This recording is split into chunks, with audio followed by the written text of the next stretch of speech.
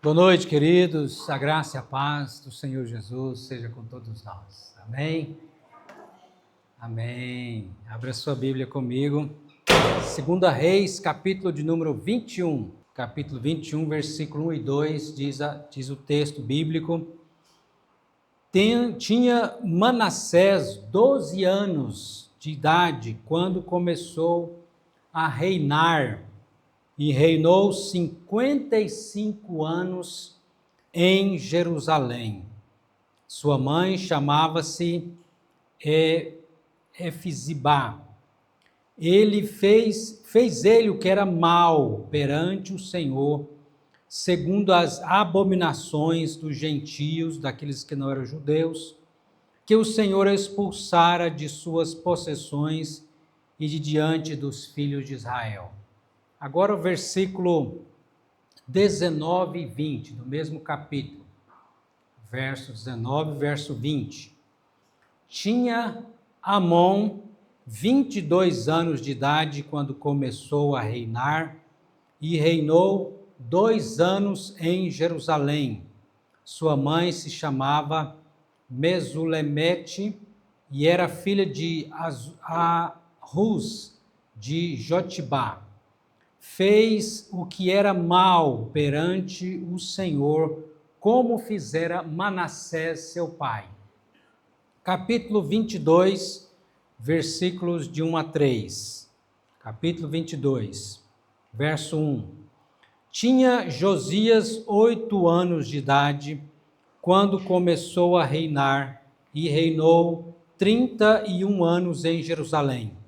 Sua mãe se chamava Gedida e era filha de Adaías de Bozecate. Fez ele o que era reto perante o Senhor, andou em todo o caminho de Davi, seu pai ou seu antepassado, e não se desviou nem para a direita, nem para a esquerda. No 18º ano do seu reinado, o rei Josias mandou o escrivão Safã, filho de Azalias, filho de Messulão, à casa do Senhor. Amém? Vamos orar, peça a Deus que fale ao seu coração, fale aos nossos corações, em nome de Jesus. Deus amado, Deus querido, te louvamos, te agradecemos por tua palavra. Ó Deus, que ela traga o impacto, a mudança, a transformação nas nossas vidas pelo teu Espírito Santo, aquilo que nós precisamos, aquilo que o Senhor deseja, ó Deus, para nós, como teu povo, como tua igreja. Em nome de Jesus, tende misericórdia de nós. Opera em nós, ó Deus, a tua vontade pelo teu Espírito Santo, fazendo em nós tanto querer como realizar, segundo a sua boa vontade, em nome do Senhor Jesus. Repreenda tudo aquilo que queira roubar a palavra do Senhor do nosso coração.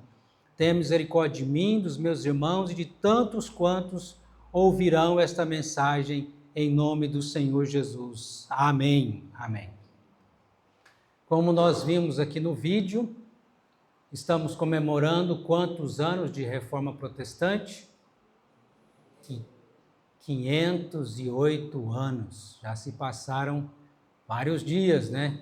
Anos e até séculos de Reforma Protestante, que tem como marco dia 31 de outubro de 1517, e com Martim Lutero afixando na porta do castelo da igreja de Wittenberg, na Alemanha, as 95 teses, os 95 protestos contra os desvios da Igreja Católica Romana. E o propósito era trazer uma reforma espiritual à igreja. Mas Deus, pela sua graça, não permitiu que Lutero e muitos outros reformadores depois dele viessem a ser mortos, apesar de excomungados e expulsos da igreja. Deus os livrou da morte. E a reforma trouxe 5 pilares, das quais você não pode esquecer, que estão conosco até o dia de hoje e precisa prosseguir. Quais são esses 5 pilares da Reforma Protestante. Somente a Escritura, somente a fé, somente a graça, somente Cristo e somente a Deus toda a glória. Gravou? Não sei se você vai fazer como alguns, tatuar no braço, mas se você fizer, ótimo também, não tem problema. Mas tatua aí, grava aí na sua mente, porque essa é a herança de Deus para nós como igreja do Senhor. Consegue gravar aí alguns desses que eu falei, dos 5? Somente a Escritura, somente a fé, somente a graça, somente Cristo e somente a Deus toda a glória. Hoje na escola dominical nós falamos sobre isso, por isso eu não vou falar agora de maneira específica sobre esses pontos, mas depois queremos compartilhar com você o estudo que foi gravado no YouTube, né? Mas você precisa gravar isso, porque isso mudou o mundo de lá para cá. A Reforma Protestante, conforme diz o pastor Hernandes Dias Lopes, depois do Pentecostes, é uma das obras mais importantes na vida da igreja.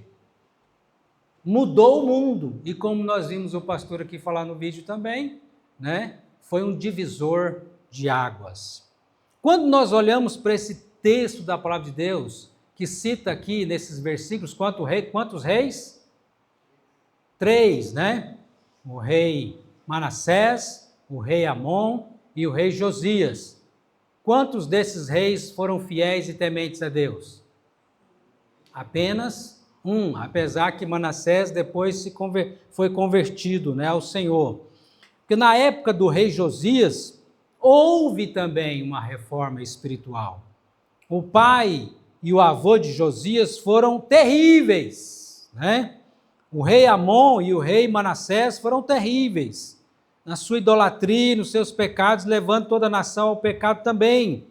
O rei Manassés, depois de derramar muito sangue inocente em Jerusalém, de sacrificar o próprio filho ao deus Moloque, ele então foi levado para a Babilônia no cativo, como sendo escravo, foi preso e lançado na prisão, e lá na prisão ele se arrepende dos seus pecados, se converte ao Senhor, e Deus, na sua graça e misericórdia, leva ele de volta para Jerusalém, e ele passa a servir ao Senhor. Mas já havia feito um estrago grande na nação de Judá. E o rei, então, Josias, apesar do mau exemplo do seu avô e do seu pai, diz o texto bíblico que ele fez o que agradou o Senhor, o que agradava, fez o que era reto aos olhos do Senhor.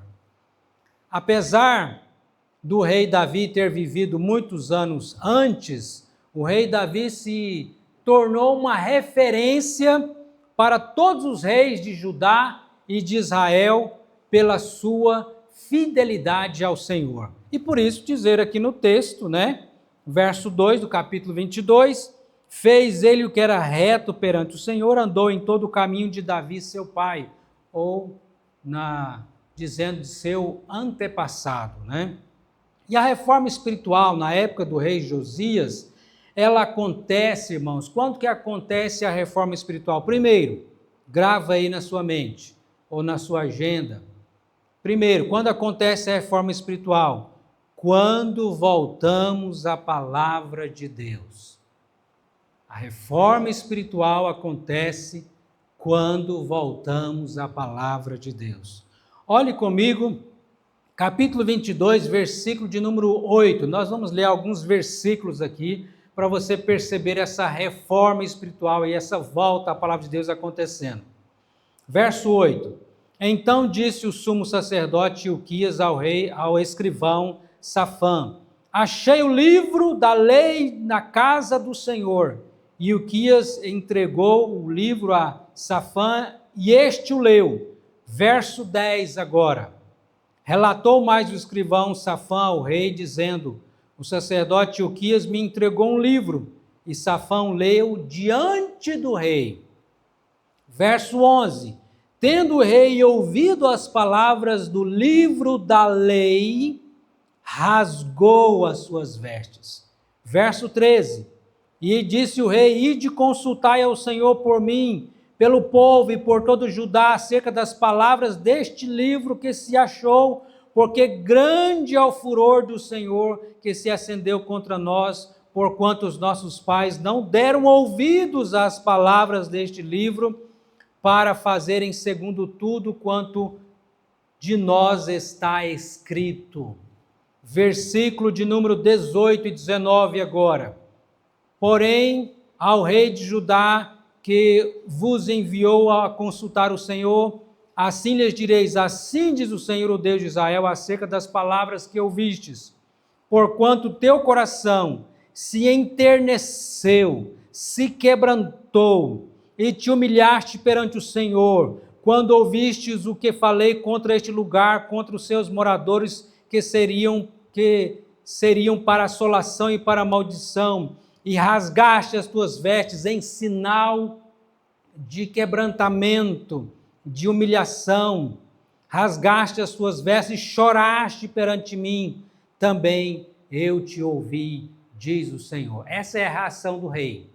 E aí prossegue agora nos versículos 1, 2 e 3, o rei chamando o povo para voltar-se à palavra de Deus. Capítulo 23, olhe comigo, versículo 1. Então deu ordens o rei a todos os anciões de Judá e de Jerusalém que se ajuntassem a ele.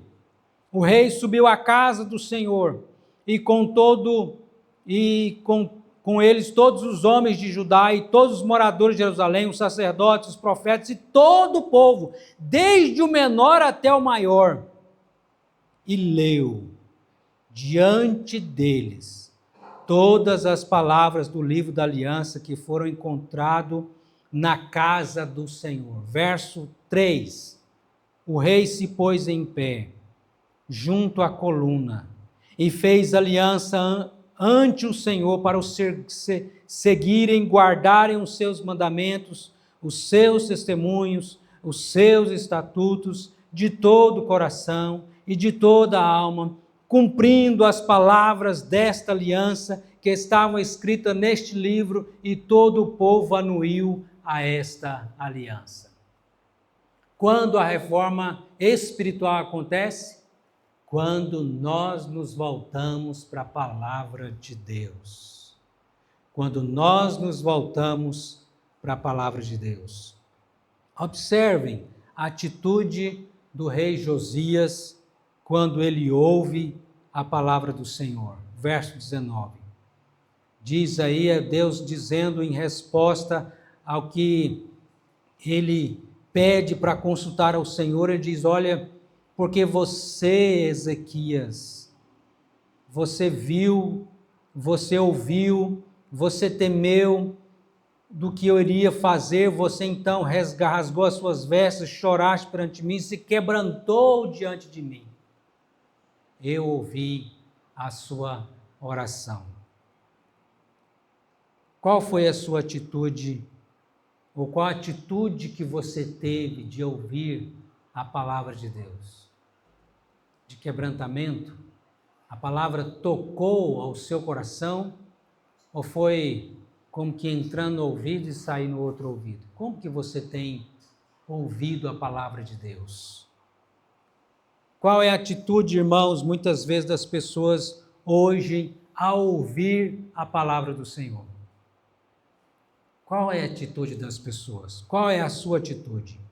A palavra de Deus precisa produzir algum efeito em minha vida, caso contrário, eu estou com o coração endurecido.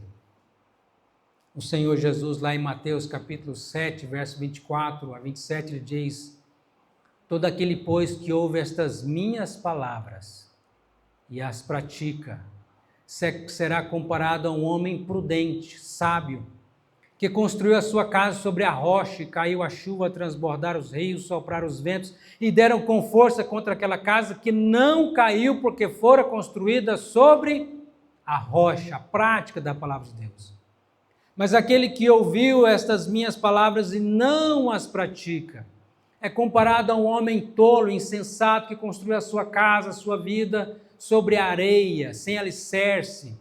E caiu a chuva, transbordaram os rios, sopraram os ventos e deram com força contra aquela casa, e ela desabou, sendo grande a sua ruína. O que vai fazer diferença na minha e na sua vida é a prática da palavra de Deus. Por isso, Tiago nos adverte no capítulo 1, versículo de número 22, ele diz: tornai-vos, pois, praticantes da palavra de Deus, e não apenas ouvintes, enganando-vos a vós mesmos. Como assim, pastor? Como que alguém pode se enganar a si mesmo ouvindo a palavra de Deus? Sabe como? Uma das maneiras de nós nos enganarmos a nós mesmos é acharmos que o simples fato de ouvir já está bom. Parou aí, não muda nada. Não, isso é um terrível engano. Se ouvir a palavra de Deus e não ter como sentimento que Deus está falando comigo através da sua palavra e eu reagir positivamente à voz de Deus na sua palavra, eu estou sendo de coração endurecido. Que Deus tenha misericórdia de nós. Irmãos, é um privilégio ter a Bíblia, a palavra de Deus nas nossas mãos. Nós temos na Reforma Protestante a tradução da Bíblia, né? Graças a Deus, porque só tinha antes no hebraico, no Velho Testamento em hebraico, no grego, o Novo Testamento, e em latim. As pessoas não entendiam, não tinha a Bíblia como eu e você temos nas nossas mãos, não existia isso. Mas a partir da Reforma Protestante, a Bíblia foi colocada na mão do povo. Mas o povo precisava de escolas para aprender a ler, para poder ler a palavra de Deus, e isso acontece também com a Reforma Protestante. Foram se criando escolas e mais escolas para alfabetizar o povo, para que o povo pudesse também ler a palavra de Deus.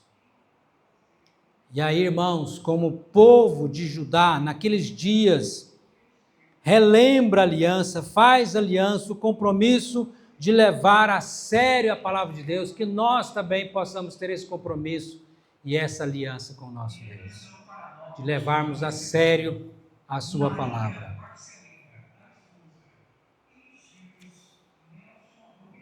Vocês percebem como no anúncio que a nossa vida é breve e nós precisamos levar a sério a palavra do Senhor.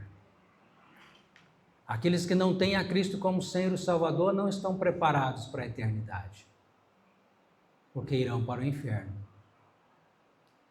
Mas se você tem a Jesus como seu Senhor e seu Salvador, de fato, de verdade, você se arrependeu dos seus pecados e é um convertido, você tem a vida eterna. E enquanto nós estamos aqui, não partirmos ainda para a glória, precisamos sempre nos reformar. E a reforma espiritual acontece primeiramente quando nós voltamos à palavra de Deus. E segundo, a reforma espiritual acontece quando há purificação do culto a Deus. Quando há purificação do culto a Deus. Olhe no capítulo de número 23, vamos ler alguns versículos aqui, mas grande parte desse versículo, desse capítulo, nós estamos vendo essa purificação acontecendo aqui. Versículo de número 4.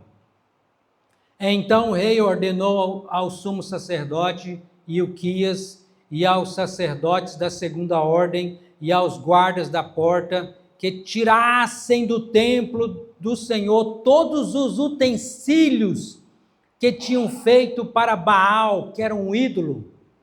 Tirasse toda essa parafernália, esses utensílios para Baal, e para o poste ídolo, e para todo o exército dos céus, e os queimou fora de Jerusalém, nos campos de Cedron, e levou as cinzas deles para Betel. Agora versículo de número 7. Também derribou as casas da prostituição cultural. Olha o que estava acontecendo nos tempos de Judá aqui. nessa época, prostituição cultural, que estava onde? Na casa do Senhor, onde as mulheres teciam tendas para o poste ídolo. Agora o versículo de número 10. Também profanou a Tofete, que está no vale dos filhos de Nom, para que ninguém queimasse o seu filho ou a sua filha como sacrifício a Moloque. Queimando os filhos como sacrifício a Moloque. Essa era a adoração também a esse ídolo. E que acontecendo no povo pagão? Não, em Israel isso estava acontecendo. Agora veja o verso de número 13. O rei profanou também os altos que estavam defronte de Jerusalém, a mão direita do monte da destruição, os quais edificaram Salomão desde a época de Salomão. Lembra de Salomão, quando ele casou com várias mulheres e para agradar aquelas várias mulheres, ele começou a adorar os deuses dessas mulheres. Portanto, diz aí o rei de Israel, para Astarote, a abominação dos sidônios, havia ídolos em Judá, em Jerusalém. Para Camus, a abominação dos moabitas. Para Milcom, a abominação dos filhos de Amon. E assim Jerusalém estava infectada de ídolos, de imagens, desde a época do rei Salomão. Israel tinha deixado o verdadeiro Deus para adorar aos ídolos, a Baal, ao sol, à lua, aos planetas, aos postes ídolo, a Moloque, a Astarote, a Camus, a Milcom. E o rei Josias então faz uma limpeza, porque não tem como adorar a Deus e aos ídolos. O culto precisa ser puro e simples, tendo como centralidade a palavra de Deus. E a reforma protestante também fez isso. Você nota a diferença entre o culto nas igrejas evangélicas históricas e a igreja católica romana? Você percebe essa diferença?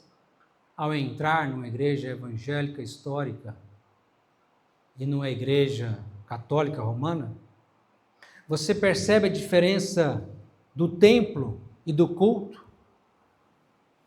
Eu me lembro, na minha época de adolescente, jovem, na cidade de Carmo do Rio Verde, quando fui em um velório na igreja católica, lá na minha cidade de Carmo do Rio Verde. E quando estava lá, naquele velório, eu fiquei triste, não só pelo velório, mas ao ver as pessoas entrando naquele templo, e tinha 2 estátuas grandes na porta do templo, e as pessoas paravam ali na frente da estátua, se ajoelhavam e faziam o sinal da cruz, e daqui a pouco vinha outra mesma coisa, daqui a pouco outro da mesma maneira, e eu ficava observando aquilo e pensando comigo, meu Deus, certamente eles não conhecem o que está escrito lá em Êxodo, capítulo 20, os 10 mandamentos, que diz: não farás para ti imagem de escultura, nem as adorarás, nem darás culto a elas. E bateu uma tristeza no coração ao ver aquilo. O culto precisa ser purificado, precisa para que haja uma reforma espiritual. Mas não só os católicos romanos precisam tomar cuidado com a idolatria, mas os evangélicos nos nossos dias também, para não idolatrar pastores, bispos, apóstolos, supostos apóstolos dos nossos dias, cantores, ou quem sabe você não tem problema com isso, talvez você precise vigiar para não idolatrar o filho ou a filha. Já vi pessoas dizer que quando perdeu o filho, Deus não existe mais para ela. Deus não existe. Idolatrando o filho, ou o esposo, ou a esposa, ou pai, mães, ou os bens, ou o dinheiro. Cuidado com a idolatria. De você mesmo, do seu próprio ego, do seu próprio coração, dos ídolos do coração. Cuidado com os ídolos do coração. Eu não preciso me colocar de joelho diante de uma imagem para ser um idólatra. Às vezes eu estou idolatrando aquilo que está lá dentro do meu coração. Os ídolos que você faz para eles um altar no seu coração. Jesus vai dizer para nós em Mateus 6, 24, que ninguém pode servir a dois senhores, porque há de aborrecer-se de um e amar ao outro, e se devotará a um e desprezará ao outro. Não podeis servir a Deus e ao dinheiro, não podeis servir a Deus e a Mamon. Porque muitas pessoas têm dificuldade em dar os seus dízimos, irmãos. Essa é uma das razões, porque a idolatria do dinheiro. Não confiam em Deus, confiam no dinheiro. Deus requer de nós um culto puro. Por isso, na oração do Pai Nosso diz: santificado seja o teu nome. Santificado seja o teu nome. A Deus toda a glória. A Deus toda a glória. Quando acontece a reforma espiritual, acontece quando nós voltamos para a palavra de Deus. Somente as Escrituras como nossa única regra de fé e prática. Quando acontece a reforma espiritual, quando há a purificação do culto ao Senhor. A Deus toda a glória. Quando acontece a reforma espiritual, quando centralizamos a obra de Cristo. Olha os versículos, capítulo 23, versículo 21 a 23, que diz, capítulo 23, verso 21. Deu ordem o rei a todo o povo, dizendo: celebrai a Páscoa ao Senhor vosso Deus, como está escrito no livro da aliança. Porque assim se celebrou tal Páscoa, como está desde os dias dos juízes que julgaram Israel, nem durante os dias dos reis de Israel, nem nos dias dos reis de Judá.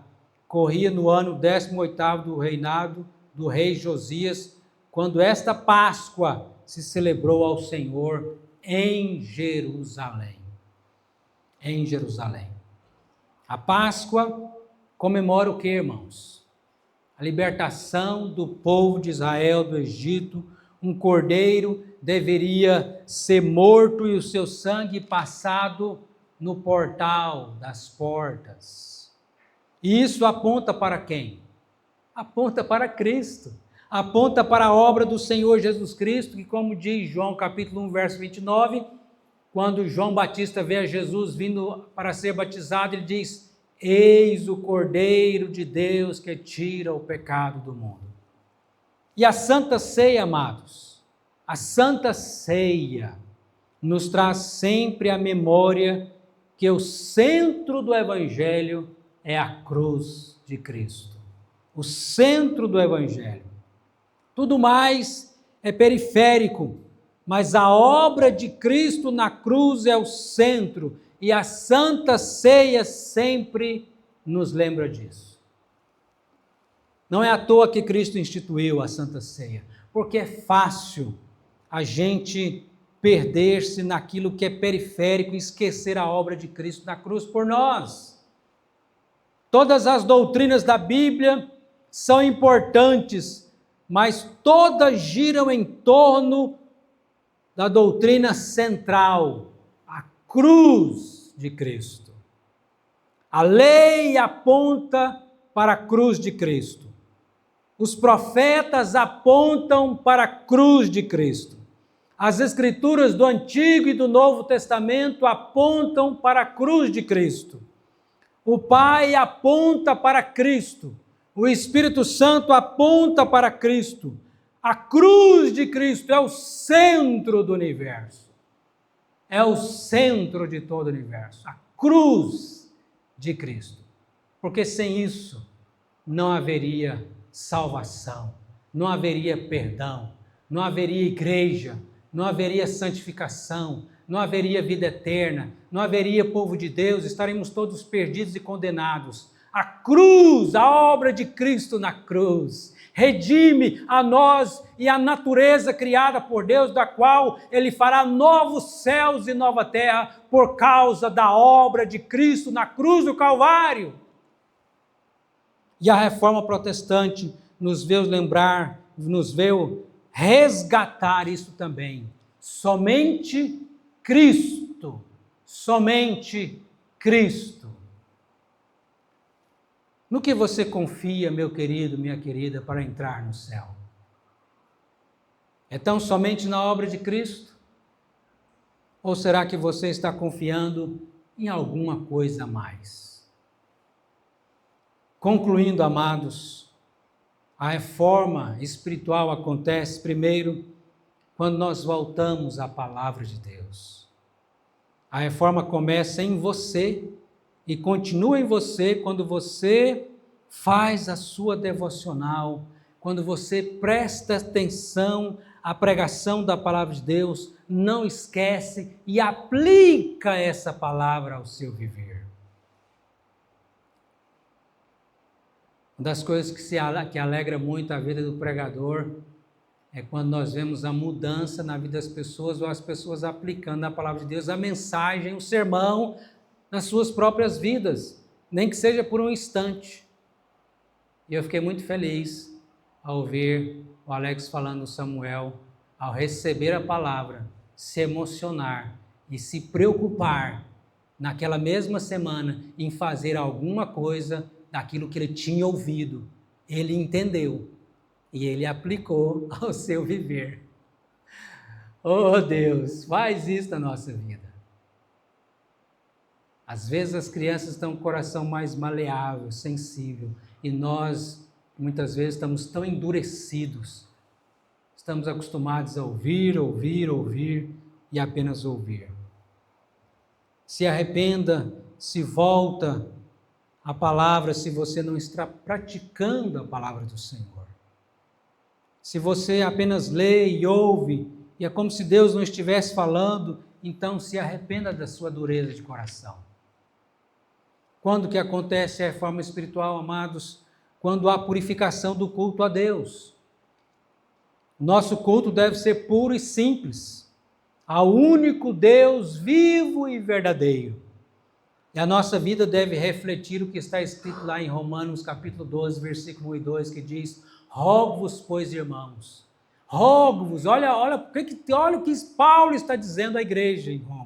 Rogo-vos, pois, irmãos, pelas misericórdias de Deus, que apresenteis o vosso corpo por sacrifício vivo, santo e agradável a Deus, que é o vosso culto racional, e não vos conformeis com este século, mas transformai-vos pela renovação da vossa mente, para que experimenteis qual seja a boa, perfeita e agradável vontade de Deus.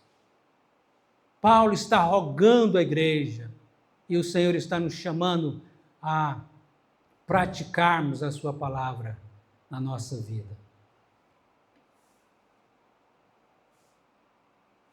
Como é o seu culto? Como é o culto que você oferece a Deus?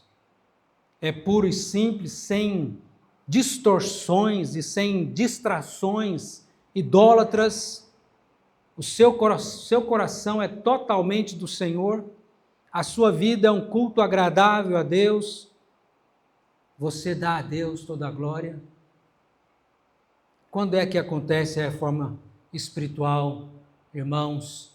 Quando nós centralizamos a obra de Cristo. O que você confia para ser salvo?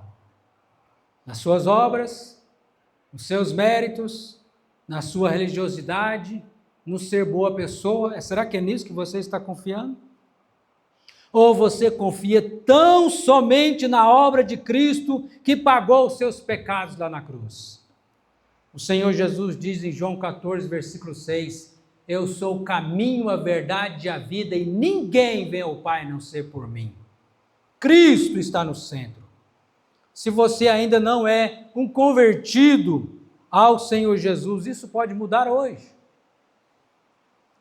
Você pode sair daqui salvo se você se arrepender dos seus pecados e crer em Cristo como seu Senhor e seu Salvador pessoal. Não confie na sua religiosidade, ou em ser um batizado ou ser um presbiteriano. Confie na obra de Cristo. Que reforma espiritual você precisa fazer na sua vida? Diante daquilo que nós ouvimos aqui, vamos refletir rapidamente aqui em algumas coisas. Com relação à Bíblia, que reforma você precisa fazer? Será que você precisa ler mais a palavra de Deus? Será que você precisa levar a sério a sua devocional, leitura bíblica diária? Colocar em prática a palavra de Deus? Que reforma espiritual você precisa fazer quanto ao seu culto de vida, a sua vida como um culto a Deus? Que tipo de limpeza você precisa fazer? Na sua mente, nos seus pensamentos, nos seus sentimentos, nas suas palavras, nas suas atitudes, qual a reforma? Pense aqui comigo, irmão. Minha irmã, meu irmão, estou falando contigo. Qual a reforma você precisa fazer na sua vida? A igreja reformada sempre se reformando. Qual a reforma? Você já parou para pensar? Faça um jejum, quem sabe, essa semana e converse com Deus sobre isso. Qual a reforma, Senhor, que o Senhor quer fazer na minha vida? E quem sabe eu não estou atento, eu não estou ouvindo o que o Senhor quer fazer no meu viver. Que reforma espiritual você precisa fazer em relação à centralidade da obra de Cristo? Você pode dizer como Paulo, né? Em Gálatas capítulo 2, verso 20, não vivo eu, mas Cristo vive em mim. Cristo vive em mim. Que reformas espirituais Deus está te chamando para fazer como igreja, irmãos? Como igreja. Que reforma espiritual? Será que nós precisamos voltar ao primeiro amor? Ao amor fervoroso por Cristo? Será que essa é a reforma que Deus está querendo de nós como igreja presbiteriana de Pontalina? Voltar ao primeiro amor? Ao amor fervoroso por Jesus? Como nós estamos lidando com a palavra de Deus? Nós somos praticantes dessa palavra? Quanto ao culto, nosso culto está sendo agradável a Deus, nós estamos oferecendo um culto que agrada a Deus, e a minha vida é um culto que agrada a Deus. Quanto à centralidade de Cristo nas nossas vidas como igreja, o nosso objetivo é agradar a quem? Eu estou preocupado em agradar a quem? Qual foi a última vez que você agradeceu a Cristo por ter morrido na cruz para pagar os seus pecados?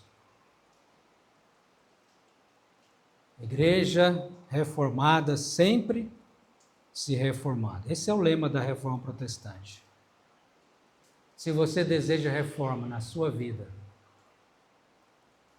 e na vida da igreja, só para aqueles que desejam, fique de pé.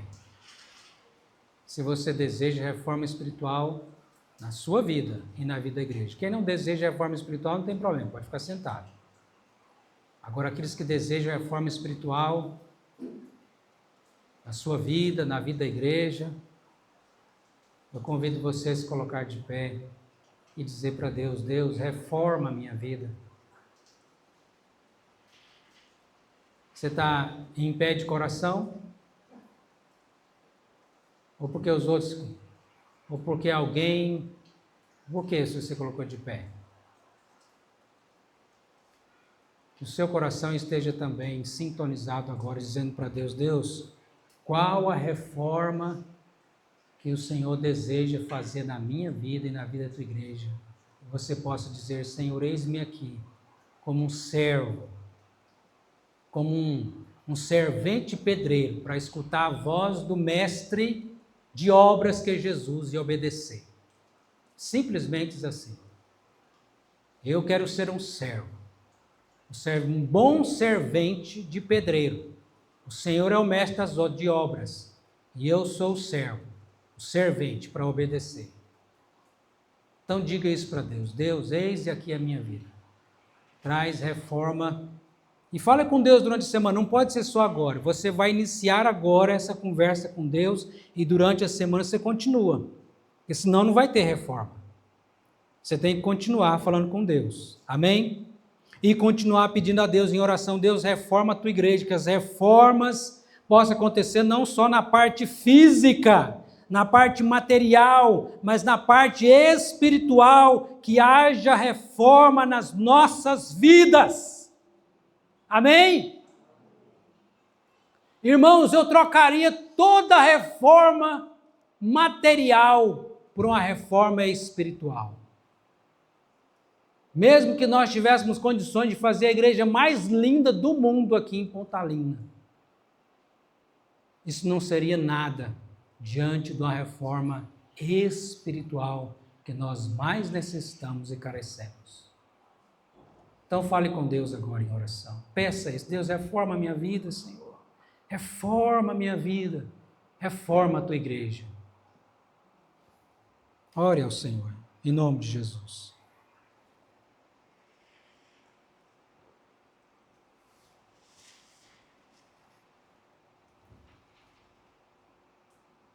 Senhor Deus querido, aqui estamos nós, de pé, nesse singelo gesto, dizendo para o Senhor: eu preciso de reforma espiritual.